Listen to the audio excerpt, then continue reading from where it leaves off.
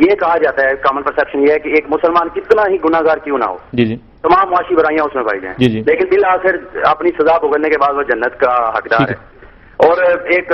غیر مسلم جو کتنا ہی اچھا کیوں نہ ہو سوسائٹی میں، لیکن اس نے اگر کلمہ نہیں پڑھا یا وہ مسلمان نہیں ہے تو وہ بالآخر دوزخ میں ہی جائے گا۔ ایک معیار ہے جس پر جو بھی پورا اترے گا وہ جنت میں جائے گا۔ وہ بیان کر دیا کہ وہ اللہ کو مانتا ہو، قیامت کے دن کی حاضری کو مانتا ہو اور اچھا عمل کرے، یہ ہے معیار۔ اب اس میں ظاہر ہے کہ ایک شرط لگی ہوئی ہے، وہ شرط یہ ہے کہ کسی نے کسی جرم کا ارتکاب نہیں کیا۔ اگر مسلمان بھی ان تینوں شرائط کو پورا کرنے کے بعد کسی ایسے جرم کا ارتکاب کر دیتا ہے، جیسے مثال کے طور پر کسی کو قتل کر دیتا ہے، تو قرآن کہتا ہے کہ وہ جہنم میں چلا جائے گا۔ اسی طریقے سے اگر کوئی غیر مسلم ہے، جیسے یہود ہے، جیسے نصارہ ہیں، وہ رسالت مآب صلی اللہ علیہ وسلم کو سچا نبی مان گئے، ان پر واضح ہو گیا کہ آپ اللہ کے پیغمبر ہیں، لیکن اقرار کرنے کے لیے تیار نہیں ہوئے اور جھٹلا دیا، تو یہ اتنا بڑا جرم ہے کہ باقی چیزوں کو بھی ختم کر دے گا۔ تو قرآن مجید اس کو اس طرح نہیں دیکھتا، بلکہ اس نے تمام مذاہب کا نام لے کر دو صورتوں میں یہ بتا دیا ہے کہ کوئی یہودی ہو، کوئی مسلمان ہو، کوئی نصرانی ہو، کوئی سابی ہو، جنت میں جانے کی بنیاد کوئی گروہ نہیں ہے، بلکہ ایک معیار ہے، ایک میرٹ ہے، اس کی بنیاد پر لوگ جنت میں جائیں گے، اور وہ بیان کر دیا۔ اور وہ پھر اپلائی دونوں طرف ہوگا، دونوں طرف پہلے ایمان پر بھی یعنی ہوگا، اگر وہ شرائط پوری نہیں ہوئی